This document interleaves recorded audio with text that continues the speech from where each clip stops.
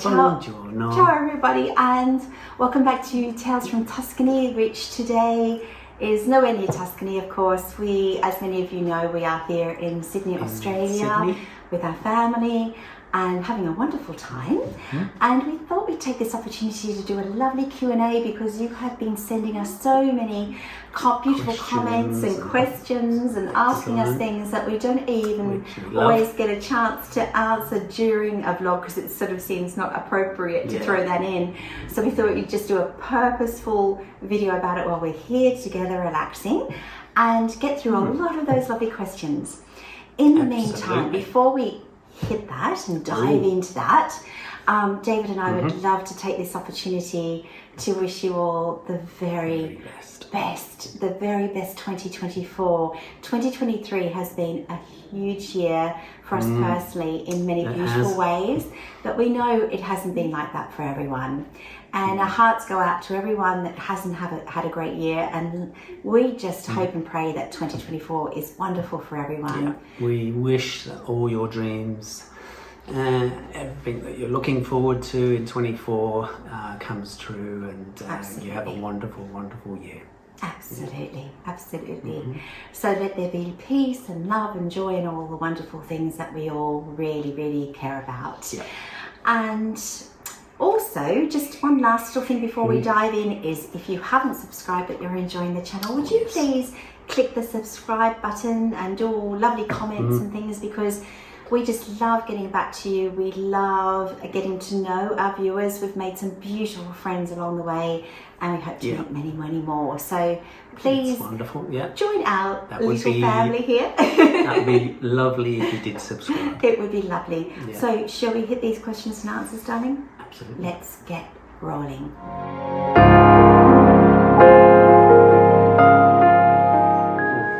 So we've decided today to do the Q&A in what I would call little categories.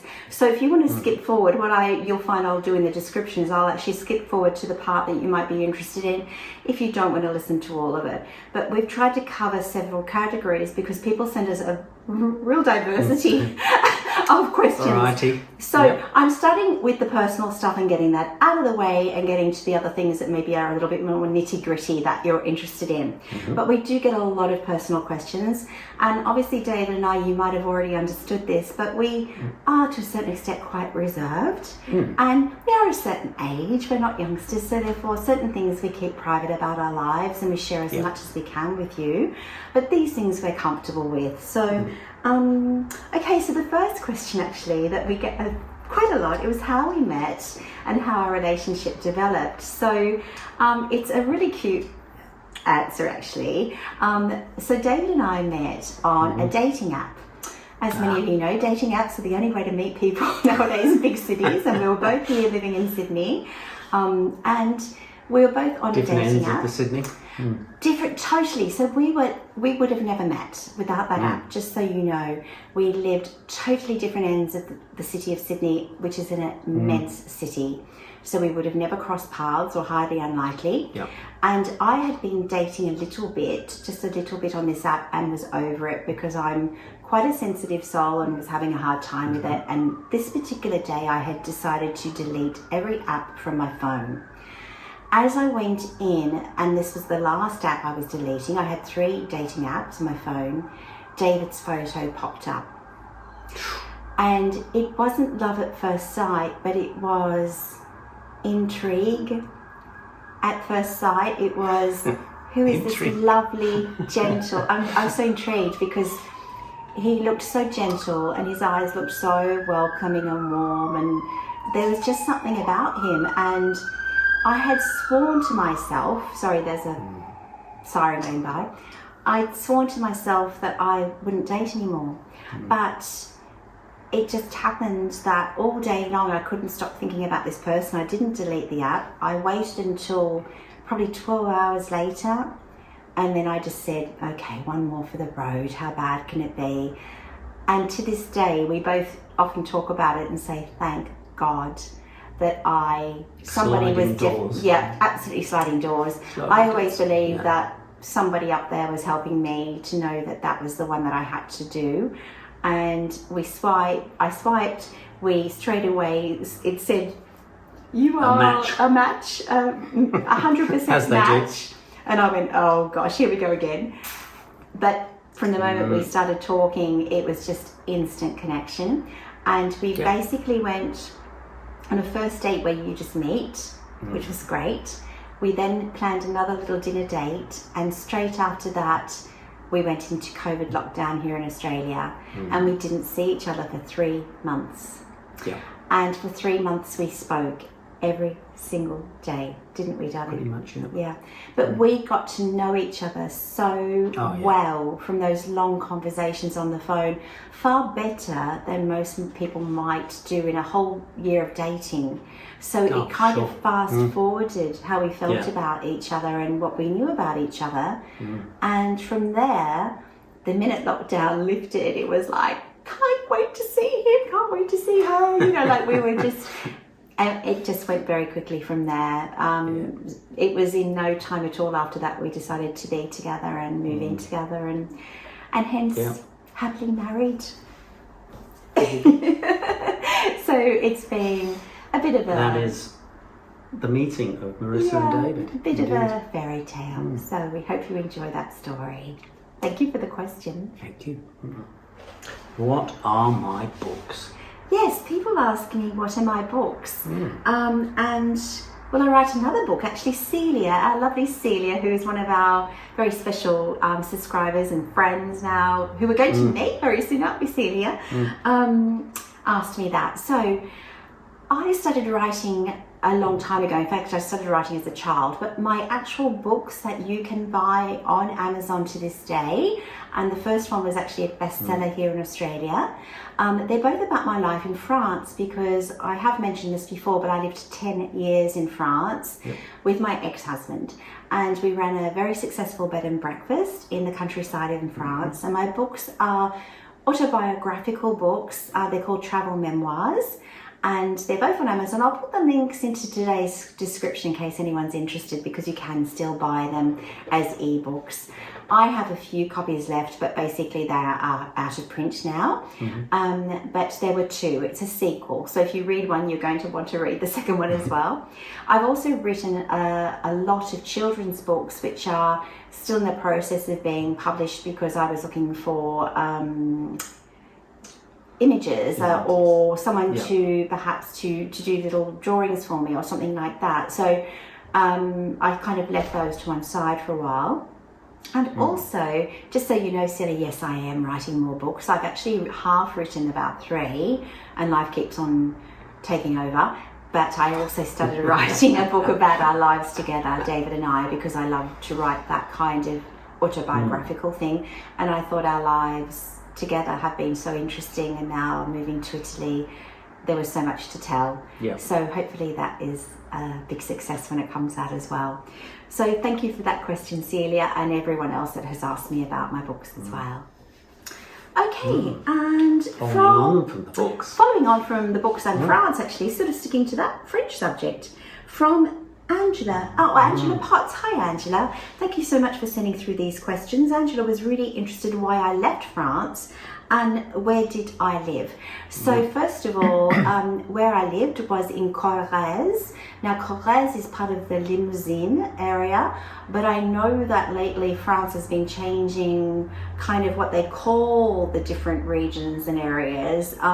So Corrèze sits right next to what they now call the Nouvelle-Aquitaine. So we were in the southwest, and I was south of Limoges. I was just northeast of Bordeaux.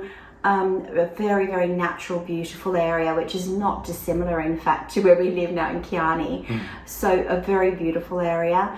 And I did 2 massive, like grand design renovations there on buildings from the 1500s, or the first house actually was originally 1300s. And for anyone that watches the Chateau Diaries with Stephanie Jarvis, Chateau Lalande and Philippe, it's about an hour, approximately an hour south of there. So if you know that area, we were sort of just not far from there as well. So I left for personal reasons. At the time, I was with my ex-husband. I have a stepdaughter from that marriage, and she wanted us to be back in Australia. She missed us dearly. She was getting a little bit older and was married and was planning to have a family, and for family reasons we decided to go back to Australia. And that's how it happened. You know, a lot of the times there's a very good reason behind things that we change our lives, isn't there? So that's it. There you go. Hope that's answered your questions.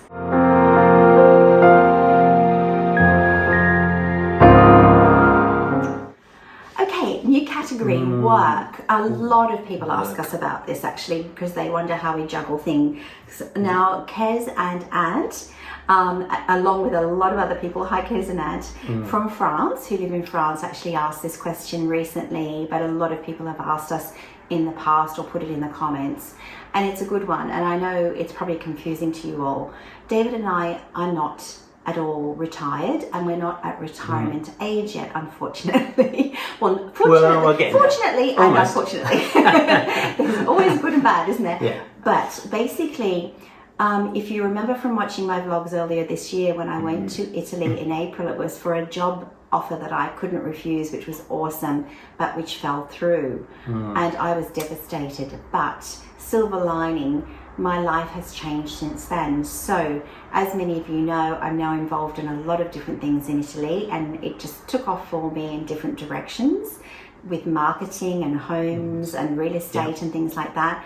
Plus, as I'm a writer and a creator, I love my YouTube, I love writing still, I love being involved in the filming of the houses. I've just created my little online store, which actually in a second we're going to show you a couple of bits and bobs from that as well. And that's how basically I am juggling that as far as work goes. David? Yeah, so I still have a job here in Sydney, so I need to be here most of the year. Obviously take time off and go to Italy as much as possible and spend time in lovely Chianni. But generally I'm back here most of the year. Obviously got family commitments as well, so that keeps me here at the moment, but obviously it's a transition and we're working towards me spending much longer times in Italy. In fact, we can't wait. We can't wait. That'll be good.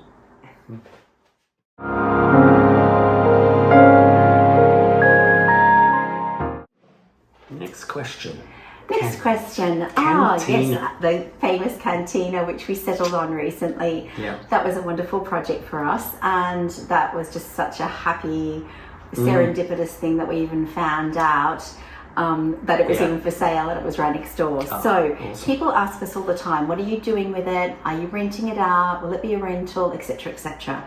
So short answer is the Cantina is going to be restored now, hopefully during the rest of the winter over in Italy and going through to spring. Our geometra is working on it at the moment as far as putting plans and quotes together for us, because he gave us a ballpark figure before we left, or before I left, and then he'll start working on the major work so that hopefully by the time we get back there in springtime, the major works will be done, and then we can get stuck into the actual decorating and designing and buying the furniture and all that kind of thing. So because of that, and not knowing the time frames, we can't actually say when it will be ready or when we will be ready to perhaps rent it. Initially, we know we have family and friends that really want to come and stay with us. So this is something that we're going to look at first, because that's our priority for this year, this going into this year. But long term, I'm sure it will be on the rental market. We're not just sure how yet, how we'll go about it. Because moving forward, and this might answer someone's question later on about different things about living in Italy, is that you need to prove that you have passive income when you ask to be a resident in Italy, if you are sort of at retirement age, let's say, or not going to be in the workforce. So therefore, we are looking at ways of having those passive incomes to be able to move forward. And I'm kind of answering a question for later on at the same time, but that's part of the Cantina plan, is to be able to offer us some passive income as we get older and make life easier. Free property and then solve the problems about passive income. Okay.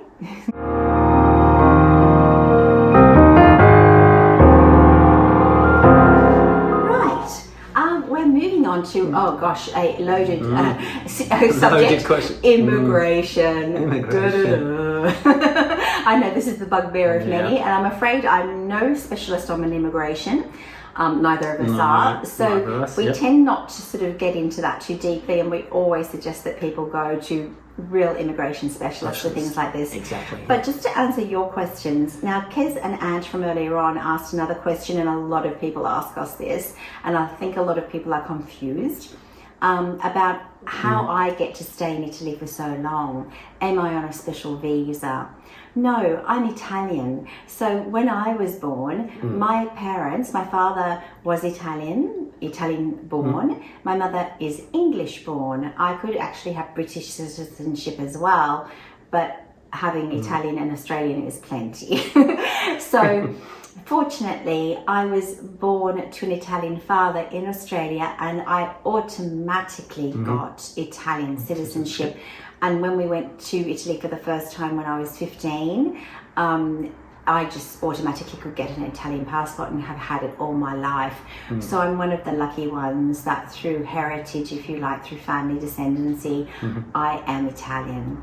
So I can stay and live there permanently, work, do whatever I want in Italy. But the problem, or not the problem, but the situation is that I'm married to a beautiful English man who's now also Australian, and who cannot do the same.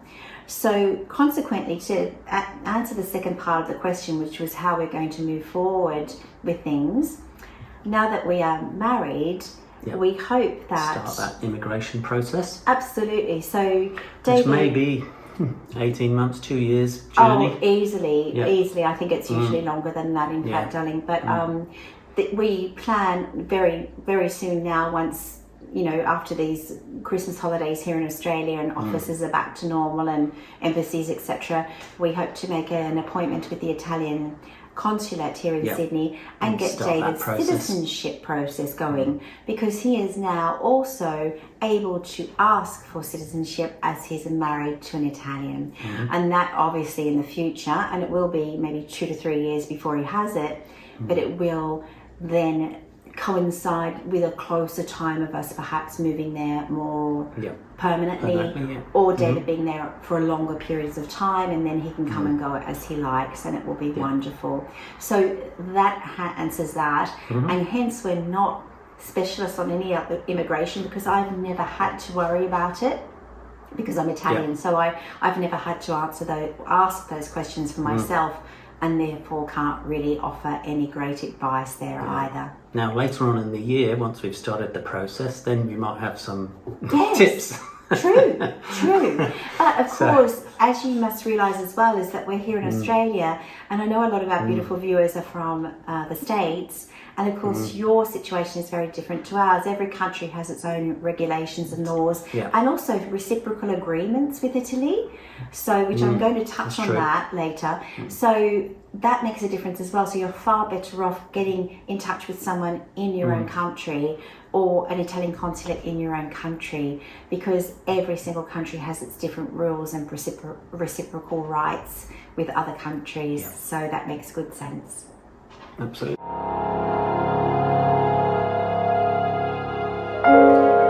Oh, now up to a very favourite subject of mine, and something that I've got deeply into now these days.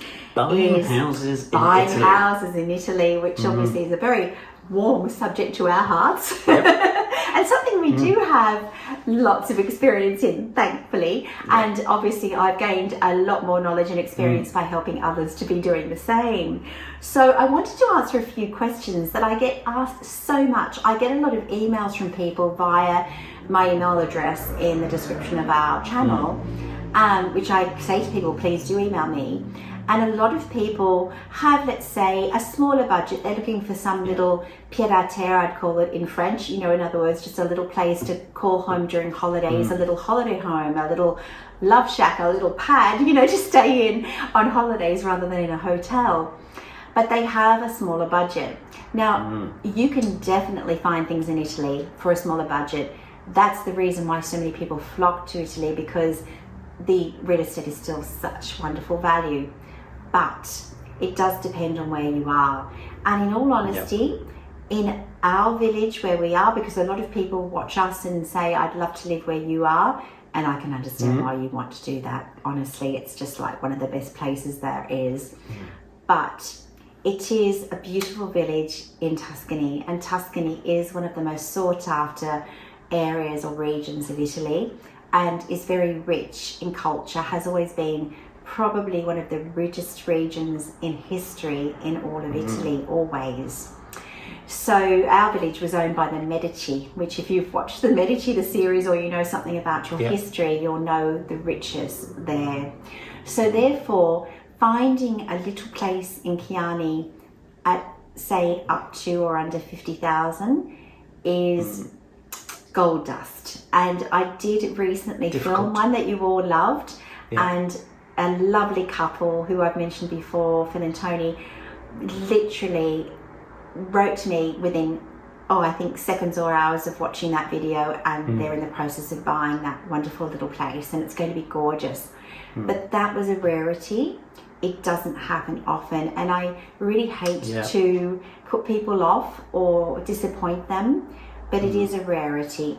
You will sometimes find things, you will, and there's still a couple in Chianni, but the point is, if you find something in our area, unlike some other regions which are, you know, less costly to buy into, that is under 50,000, it's often going to have a lot of renovations to do to it, including the one that I had on the video. So therefore, that can't be your top budget. If you say, I want to spend up to 50, but I want it to be done and I can walk in and just put my suitcases down, then that's going to be a tough one. That might be difficult, Yeah, it's going to be a tough one in our area. And prices have also risen in the last 12 months, 18 months, and they are on the rise. And there are more and more people looking, because of course during the pandemic when we purchased sight unseen, prices had dramatically dropped. Our home, a lot of people say, I want a house just like yours, but if they know what we paid, our house now would easily sell for more than double than what we bought it for. And that's not because of the little bit of work we've done on it either. We've improved it, of course, but it's just because intrinsically the prices have gone up. They've just gone up. They've gone back to probably what they were way prior to the pandemic. 2018 price, So please keep that in mind, and please don't be offended if I say to you, I'm sorry, that's just nothing, because it is the truth. And in other smaller villages or out in the country, you might find some little things to do up, but it's not, let's put it this way, it's not an area where you'll get a lot of the lower budget homes available. And just going on from that question, I'll answer this second part and then I'll look at the next now. A lot of people say to me also, when they're looking at places, they say they've got, obviously you've all got your dream vision, like your vision board in your mind, or you might make a vision board, and mine was pretty much the same. And you want balconies, you want outdoor space in particular. A lot of people dream of having a little garden in Tuscany. And they say, but why do all these village homes not have a garden? Well, it's actually an historical answer I'm going to give you. It's because when I did the tour of Chianni with the wonderful tour guide, she actually opened my mind up to this even more so than what I knew before. Because our village, for example, and not all villages are the same, but in this one it was the case that really, as I said, historically was a very wealthy village, owned by Medici at one point as well, pretty much. And there was nobility living in the village, and that nobility basically owned all the lands, probably hundreds or even maybe thousands of hectares of land around the village, surrounding Chianni. The majority of people living in the village in those centuries were people that lived in smaller homes in the village and that worked on those lands. So therefore, the only homes at that point that used to have, in the olden times, not modern houses, that had gardens were often smaller gardens nevertheless, but owned by nobility, the people with money, and everyone else had houses like ours, which were smaller village homes where the ground floor, your cantina like ours, was often where you put your animals. So we know for a fact there were animals in our cantina and the one we've purchased next door. And outside in that lovely courtyard that you see behind us, I've mentioned this before, that was where they used to throw all the grains to be dried. It was almost like a farmyard in the centre of the village, but shared by many people, but pretty much owned by nobility. So therefore, that's why you go into these beautiful little stone villages and you don't see a lot of gardens. So that is the reason why that's why there's a lack. The farms were the gardens. Exactly. In those days. Exactly. They were the gardens. There you go. Next on the list. Right. Still staying with our home subject. And another question I get a lot of, because it kind of is linked to the last one with gardens, balconies, rooftop terraces. Okay. Laws in Italy have changed immensely when it comes to architecture. Even in the last 12 months that I've been living in Italy, there's been lots of different new legislations come through. But let's say in the last couple of years, they've come through. Once upon a time, you could build rooftop terraces, which were quite enormous. You sometimes see on houses, you'll say, oh gosh, those people are so lucky. Look at the size of that rooftop terrace. I want one of those. I've got a flat roof house and I want one of those. Now, number one, you have to remember whatever region you're buying in has different laws. It's not one law across the whole country. Just like it's not the same, it's the same as that in Australia, in America. You know, each different state, councils. each council has its own laws. The same in Italy. And province to province, region to region, you'll have different laws. In our area, so I can't answer for other areas, unfortunately, because I don't know their laws. In our area of Tuscany, so again, it might be different on the far side of Tuscany. In our area, a rooftop terrace now, if you were to be allowed to put one, and there's a lot of different reasons you might not be allowed, and I can't go into all of that because it would be hours of conversation, but usually take a house like ours, which is on our own, so we have the sole from top to bottom, it's solely ours. That is normally simpler to have one put in. It is now only allowed to be a maximum of 15 square meters, no matter how big the roof is. It also has to be built as what they call a pocket balcony. Before, sometimes you'll see places where they actually have a proper balcony on a flat roof. Now it has to be built into the cavity of the roof with roof all around it. This is for safety. And call that a pocket rooftop terrace. On our house, we have been told we would be allowed to have one if we can afford it one day in the distant future, because they're costly to do. But it would only be 15 square meters. And on our house, that's fine because we don't have massive roof space.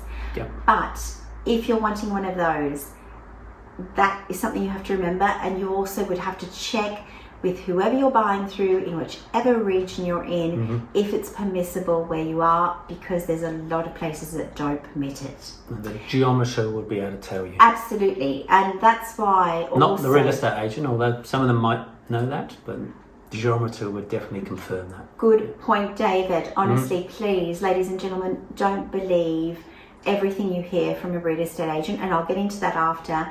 And I work with real estate agents, and I adore the ones I work with, and they're honest, ethical people. But you will get real estate agents that will just say yes to everything to make the sale. And I'm sorry to say that, but I've had it happen or heard of it happening with other people, and they've been caught out and they've not been able to do what they want to do. And that's the reason why you need to be guided by someone, and you need to have a geometer on board, and you mustn't just listen to hearsay or what someone tells you who isn't in that industry. Please be careful of that. Balconies are the same. Balconies cannot be added to just any building. If the building is in the historical heart of a village like ours, you can't now retrofit a balcony just anywhere. It mustn't be imposing on someone else. It mustn't be causing shadows over someone else's windows. It has to be so many meters away from other people's windows or adjoining walls. There's a lot of things involved. A lot of regulations. A lot of regulations, and it's not always allowed. Full stop. So again, please, if you're looking at a place and you want to know about that, please involve a geometer so that you are sure that it can be done if that is a deal breaker for you. If it's not a deal breaker, it's fine. But if it's a deal breaker, please make sure you're aware of the rules and regulations before you actually put your money on the line with something. And that leads on to, do I need a geometer? That was the next question. You absolutely do. I see a lot of Facebook groups where people say, oh, I've done this, blah, blah, blah, blah, blah, blah. People get into problems. I recently sold a home to someone, or helped, I didn't sell it, sorry. I helped someone to purchase a home with my guidance. And we had to go through a lot of extra steps because some of the people had done things to their home without a geometer, having it ticked off and go through council, and therefore they're things that are not meant to be. So therefore, it's fine. You can work through it a lot of the time. And then in this case, yes, it was easy, just little things. But sometimes people will build on totally extra rooms or things and think, oh, I know how to do this, or I've got a builder that will help me. But they don't go through with the geometry and don't go through the right steps, and then they end up with illegal buildings that a council can actually tell them to destroy. Yep. So be very, very, very careful of that. Geometry they won't be able to sell it to you without pulling it down. Exactly. Yeah. Or they may not be able to, they might spend all the money doing it and then still be just told to erase it, get rid of it, because it's not allowed. It doesn't mean going through a permission later on. Sometimes permission is never granted. Yep. So be very, very cautious about that. Well, we're up to the last question. Gosh. Last question. getting there. And I know some of these questions might lead on to others. If there's anything that we haven't covered today, but you're curious about from this conversation, please pop it in the comments and we'll write back to you, okay? Especially these buying house questions. Oh, gosh, they're just the high level. So. Yes. So the last thing is just something I personally wanted to cover for you. Now, a few videos ago, and I don't remember which vlog it was, to be honest with you. Oh, yes, I do. I beg your pardon. It was the lovely interview. It started off with the interview with Marsha, and then it went on to the interview with Nancy and Terry, who have just bought a couple of properties with my assistance. That someone wrote in the comments, someone that I've not seen before on my channel, had wrote in the comments basically that everything I was doing a real estate agent could do, and so therefore I was superfluous, and what was the use of people contacting me.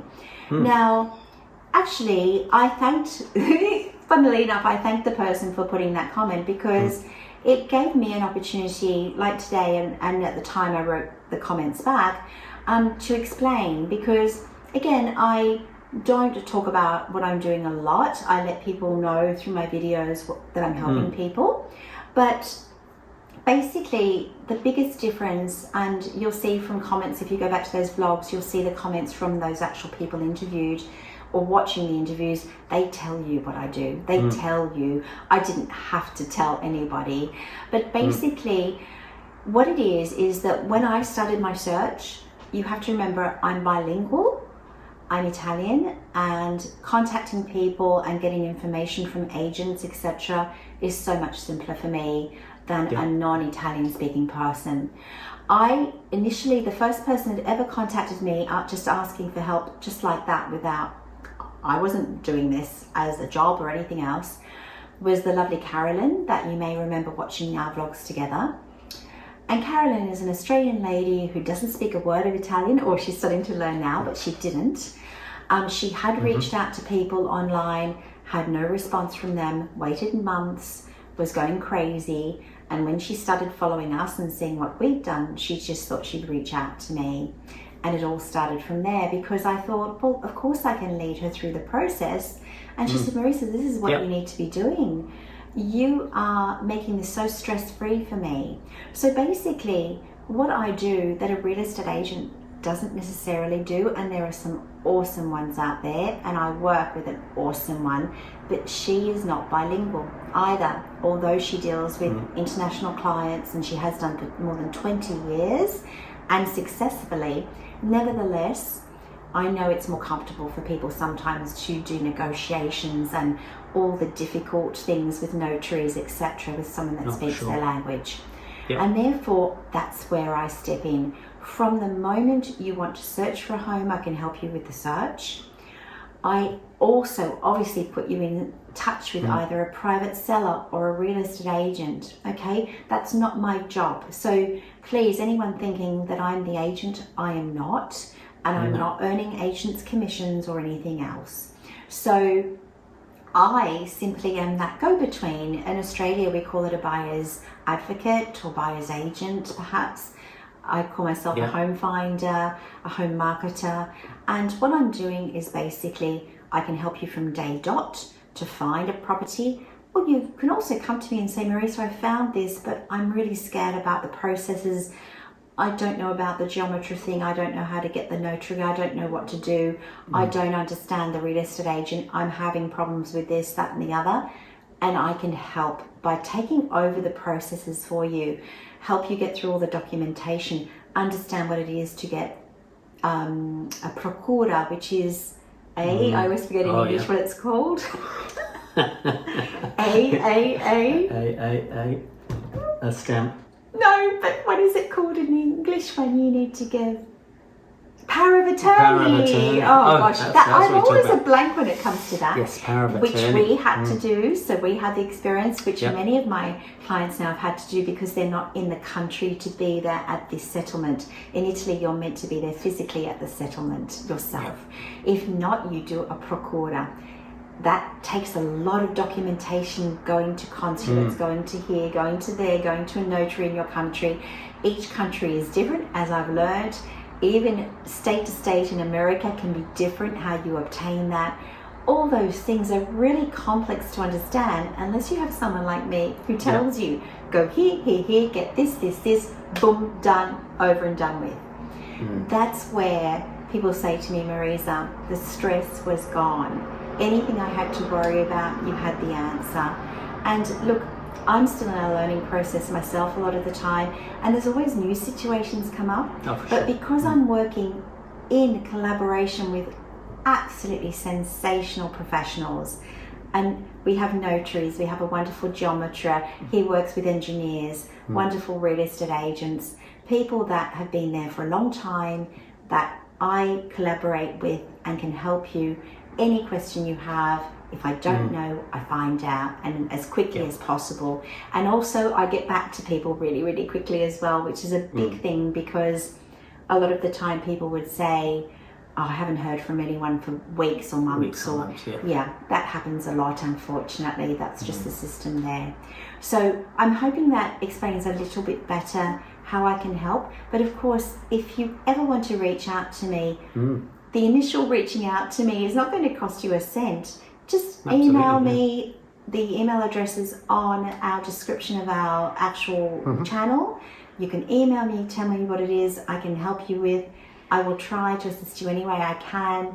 I'm happy to have conversations with people once we get into that on WhatsApp.